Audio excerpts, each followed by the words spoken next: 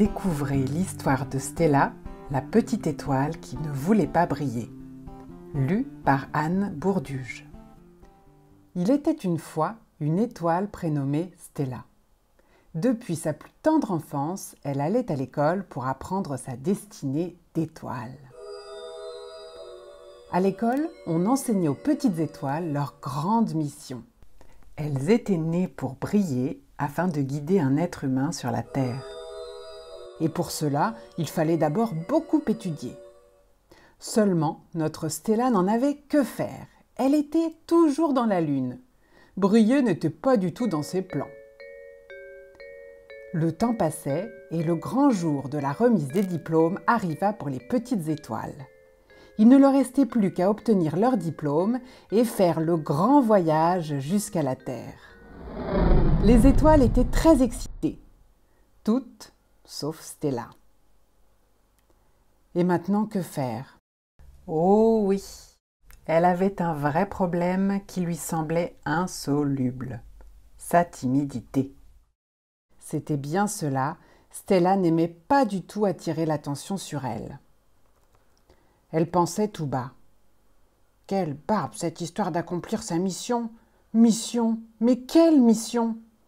Pourquoi devrais-je faire quelque chose que je ne veux pas? Se désola-t-elle. Depuis que Stella avait déclaré qu'elle ne voulait pas suivre sa destinée toute tracée, la communauté d'étoiles manifestait un grand émoi. Les parents de Stella se sentaient si honteux car leur fille était la première étoile de l'histoire à ne pas vouloir briller. Les autorités ne savaient pas comment réagir à cette situation pour le moins déconcertante. Tous se trouvaient dans la confusion la plus totale. L'un d'entre eux rouspétait. « Comment une étoile qui naquit pour briller refuse de suivre sa destinée ?» Un autre ajoutait. « Oh, et si toutes les autres étoiles suivaient cet exemple, mais quel chaos ce serait !» L'histoire de Stella apparut même en première page du journal local. « Extra, extra, extra !» criait le colporteur. « Lisez le journal sidéral sur la petite étoile qui menace l'ordre cosmique. Extra, extra, extra !» Stella était complètement désemparée. Toute la journée, elle restait enfermée dans sa chambre en se lamentant sur son sort. Mais un jour, sa meilleure amie Sophia vint la voir car elle pensait avoir trouvé la solution pour l'aider. « Mon amie, je connais une personne qui peut t'aider et je voudrais que nous allions la voir ensemble. » Mais Stella lui répondit. « Oh, Sophia, merci d'essayer, mais personne ne peut m'aider. De toute façon, je ne veux pas être une vraie étoile. » Sophia insista. « Mais viens avec moi et tu pourras prendre ta décision après, d'accord ?» Stella finit par accepter et les deux amies sortirent en cachette afin que personne ne les voie. Sur le chemin, Sophia racontait à son amie qu'elle rencontrerait un sage qui connaissait toute l'histoire de la communauté astrale, même celle de tout l'univers. Ce sage fut pendant longtemps un des chefs de la communauté. Il vivait désormais reclus du monde, mais il acceptait quand même de conseiller ceux qui venaient le consulter. « Pourquoi n'ai-je jamais entendu parler de quelqu'un d'aussi important ?» demanda Stella. Sophia lui répondit. « Pendant longtemps, notre communauté a eu recours aux sages, ceux qui détenaient le savoir du monde, mais petit à petit, ils ont été oubliés car on a estimé que leur savoir n'était plus utile désormais. »« Quel dommage !» commenta Stella. Les amis arrivèrent enfin à la maison du vieux sage et Sophia s'empressa de lui exposer le problème. « Maître, mon amie Stella a provoqué une vive émotion dans notre communauté astrale avec une décision cosmique. Elle ne veut pas se conduire comme toutes les étoiles et briller, mais personne ne l'accepte. Quelle recommandation votre grande sagesse pourrait-elle nous donner ?» Avec des gestes enveloppants et un regard plein de plénitude, il déclara « Je vous remercie de votre visite. Cela faisait longtemps que l'on n'était pas venu me voir. » Se tournant vers Stella, il lui dit « Ma petite, Tout d'abord, je suis très impressionné par une jeune étoile qui ne suit pas aveuglément ce que la communauté fait depuis des années. Cela montre que tu es une étoile tout à fait exceptionnelle. » Et il continua. « D'abord, tu dois savoir que nous sommes tous venus au monde pour accomplir une mission. Notre devoir est d'abord d'en prendre conscience et ensuite d'en comprendre la raison.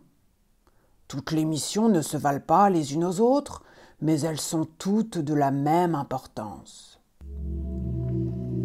Et il lui demanda. « Dis-moi, chère Stella, pourquoi ne veux-tu pas accomplir ta mission d'étoile ? » « Parce que dès que nous brillons, nous sommes l'objet des jugements des autres, et cela me rend souvent très triste, » répondit Stella. « Peut-être, mais as-tu déjà pensé que lorsqu'une étoile brille, des personnes trouvent leur chemin grâce à elle ? Ainsi, elle se rend utile et vitale pour autrui, et cela apporte une telle joie que le reste importe peu. »« Est-ce vrai ?» s'enquéra-t-elle surprise. Le vieux sage continua. « Sache que lorsque nous n'assumons pas notre mission, en plus de nous rendre très malheureux, cela déséquilibre tout le système cosmique. »« Comment ? Comment ça ?» reprit Stella horrifiée. « As-tu déjà imaginé qu'un astre céleste décide de ne pas accomplir le destin qui lui fut attribué ? Et si le Soleil, père de toutes les étoiles, décidait soudain de ne plus illuminer et réchauffer la terre ?» Stella n'y avait jamais pensé. Inquiète, elle lui demanda. « Il existe des millions d'étoiles dans l'univers. Comment une petite étoile comme moi peut causer tant de problèmes lorsqu'elle n'accomplit pas sa mission ?» Le grand maître lui répondit. « Les étoiles sont nées pour briller, illuminer et servir de guide astral. C'est ça leur grande mission. » Il continua. « Il existe une étoile dans le ciel pour chaque être humain qui naît sur la terre. Celui à qui tu es destiné se trouvera perdu sur son chemin sans toi. » Apeurée, Stella l'interrogea. « Comment ? Quelqu'un sur la terre attend ma lumière ? » « Eh bien oui, c'est pour cette raison que tu as étudié. » Il poursuit sur un ton prophétique. « Tu sais, nous sommes tous importants et nécessaires dans ce monde. Nous sommes nés pour réaliser une mission que nous seuls pouvons réaliser, car nous sommes uniques. » Après cette conversation très importante avec le sage, Stella prit le temps de la réflexion et revint sur sa décision.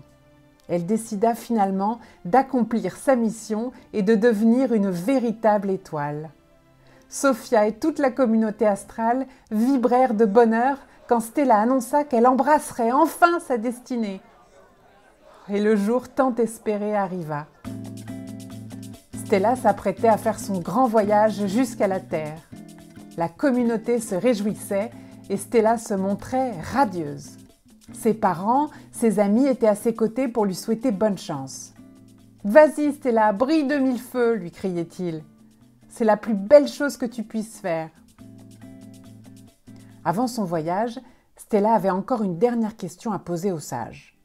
Tout émue, elle lui demanda.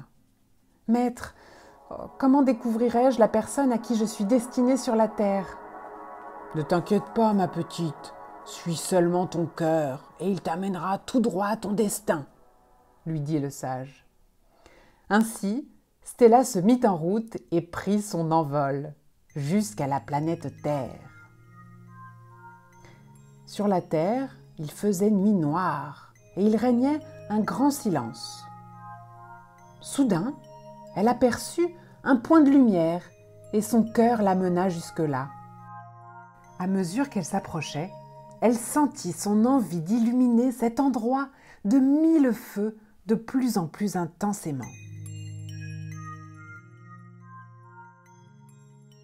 Sous un toit de paille, Entouré d'une vache, d'un bœuf, d'un âne et plusieurs animaux, un joli bébé venait de naître. À ses côtés, une femme et un homme le tenaient avec tendresse et douceur. Stella aperçut le visage du bébé qui lui adressait un sourire et son cœur se remplit d'une extrême joie. Elle n'avait jamais ressenti cela auparavant.